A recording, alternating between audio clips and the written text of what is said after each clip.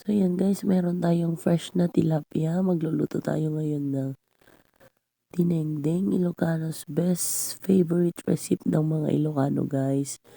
So yan guys, fresh na fresh ang ating tilapia. Ayan. So ito po yung pinakamabilis at pinaka masarap na ulam ng mga tiga-probinsya guys. So ayan, ipa-fry na natin ang ating fresh tilapia.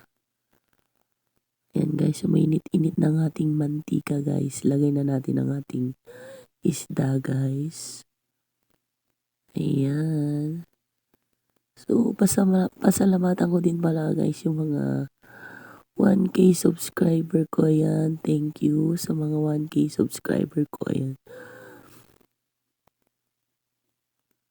So, ayan guys. Dahil copyright na naman tayo. Ayan.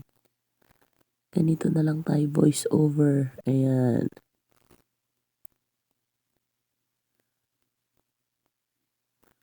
So, antayin lang natin yan guys.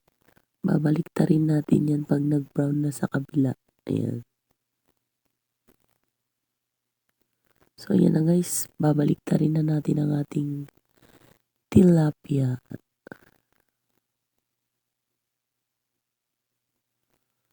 Siyempre guys, alam nyo kasi pag gulay, mas masarap kasi isahog natin yung pritong isda. Ayan.